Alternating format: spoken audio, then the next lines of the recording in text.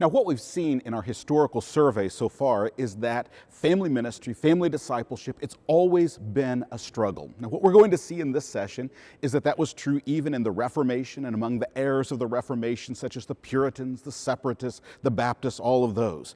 Now, we all know about the Reformation, these great theological reforms and this return to justification by grace through faith. We've heard of that. We know that, though we sometimes locate that too much at the Wittenberg chapel door when Martin Luther nailed the theses on the door, or we locate it at the Diet of Worms where Martin Luther declared, "My conscience is captive to the Word of God," when it was really something that extended over several decades and generations, not simply something that happened with Martin Luther in the early 16th century. Now, what we sometimes forget is that in the Reformation there was a revolution, not only in people's theology and their thinking about theology, but also in their understanding of marriage and family. Let's kind of give a backdrop here.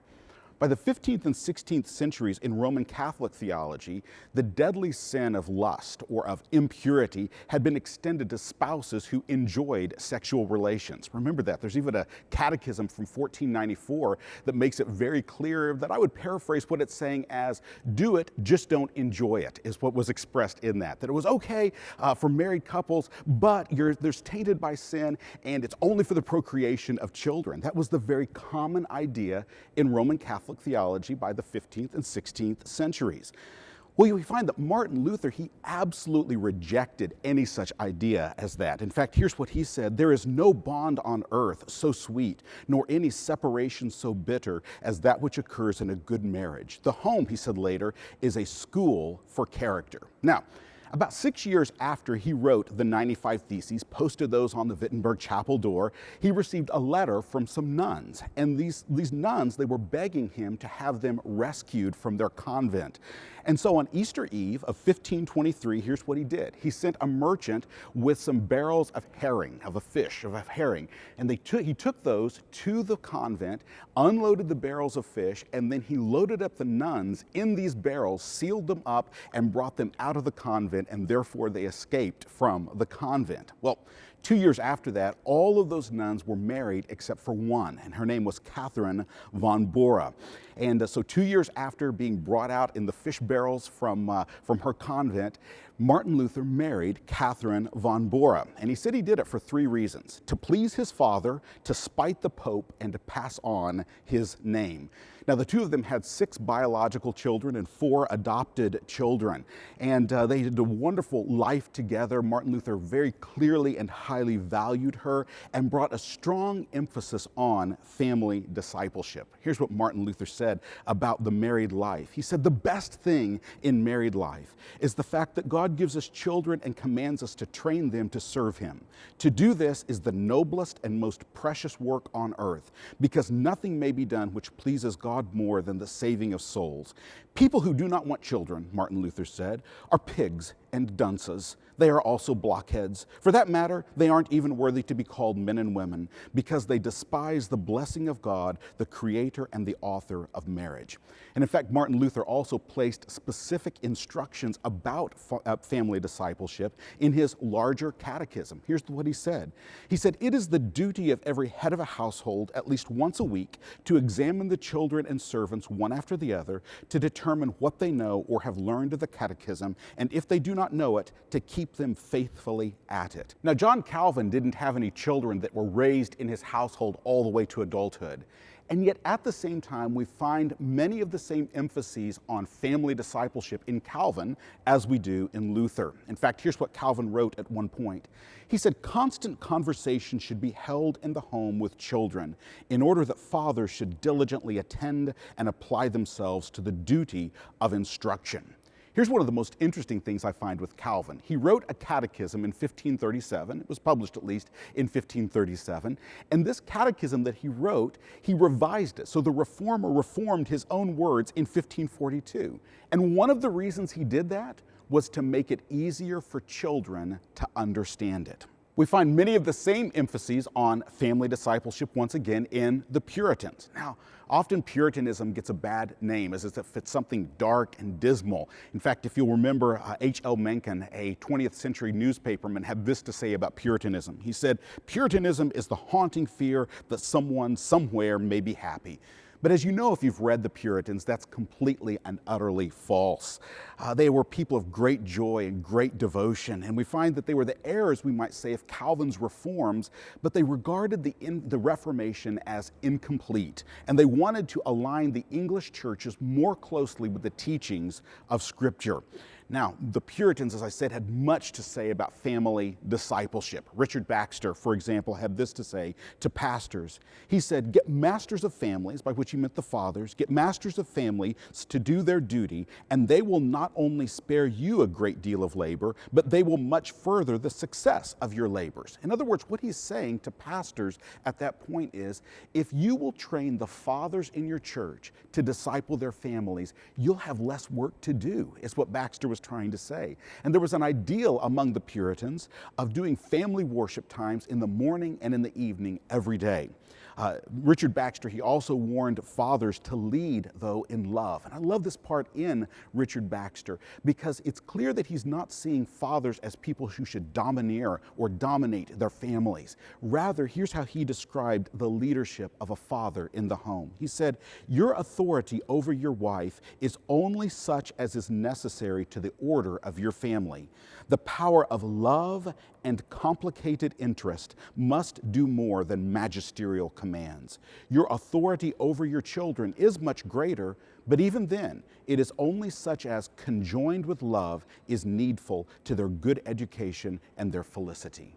Now, these Puritan ideals of family discipleship, they didn't stop at just the Puritans, of course. They found their way into Reformed Baptists and other nonconformist groups in this era. In fact, we find some of the wisest words about family discipleship in a Baptist whose name was Job Orton. He had this to say, "There is more to family religion than family worship." So there's an emphasis on family worship, but he's recognizing that it's not just about morning and evening family worship. He says there's more to it than family worship. It includes family government and discipline, the daily reading of scriptures, watching over the ways of our household, catechizing children, instructing servants, reproving, admonishing, correcting for irregularities in temper and conduct, and more especially for sins against God. But family worship, he said, is the most important part. Now, what we see in all of this is this strong emphasis on family discipleship, and particularly on the father leading in times of family worship throughout this era. But here's something extremely important for us to recognize and to note. Even with this very strong emphasis among the Puritans on family discipleship, they did not see that as something that excluded the work of the church with children, with young people in discipleship. In fact, they did not even see it as excluding age-organized discipleship of children sponsored by the church. Now, some of this may have its roots all the way back in the 16th century, when during the 16th century, Anglican churches often required the pastors on Sunday afternoons to meet with children, meet with young people, to engage in discipleship with them, the catechism and some other things. But what we find is that that pattern persisted in many Puritan congregations into the 17th century and forward. In fact, what we find happening in the 17th century in Puritan churches was that young men might gather together on Sundays and be with the pastor or someone such as that, gather together to work through the sermon, and young women on Mondays. So they had age-organized gatherings of youth on Sunday nights and Monday nights to be able to work through what they had learned on Sunday morning. This was described by one individual as meetings to examine their remembrance of the sermon, of the scriptures, and of the catechism. So what we see happening even in the 17th century among the Puritans are separate, age-organized gatherings, ministry that reinforced what was taught at the home and what was learned in the multi-generational gathering for worship on Sunday mornings. Now, Jonathan Edwards, even in the 18th century, specifically described these sorts of meetings happening associated with what would later become known as the Great Awakening. Here's what Jonathan Edwards said in the mid-18th century. He said, "At the conclusion of the public exercise on the Sabbath, I appointed children that were under 16 years of age to go from the meeting house to a neighbor house, that I might there further enforce what they had heard in public, and might give some counsels proper to their age. About midsummer, I called together young people from 16 to 26 years of age to my house. We had several meetings that summer of young people. So Jonathan Edwards, in the midst of the Great Awakening, did not view it as something negative to gather together young people, children and youth, to be able to work through with them in a way appropriate for their age and for their needs what was going on in the multi-generational assembly. It's important for us to recognize that the idea of age-organized classes is not something that got invented in the 19th or the 20th century. It's something that goes much further back, even to those who were the heirs of the Reformation and of Puritanism. Yet even in Jonathan Edwards' church, we find that there were some serious struggles. One of those that we don't often read about happened in 1744. Well, in 1744, some teenage boys in his church found a midwife's manual, which had all sorts of information that they were very interested in at that time. And they began making very lewd and rude jokes and comments to the people around them, to the women and to the girls that were teenagers at that time, about what they were reading in this particular manual. Now, at least some of them were young men that Edwards himself had discipled in some of these age-organized gatherings that we've already talked about.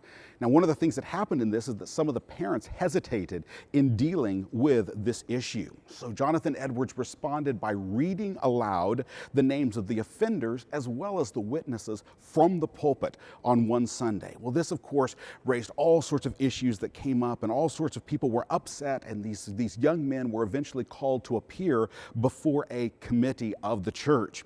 And 3 of them were finally censured, but it really was a turning point in Jonathan Edwards' relationship with his church.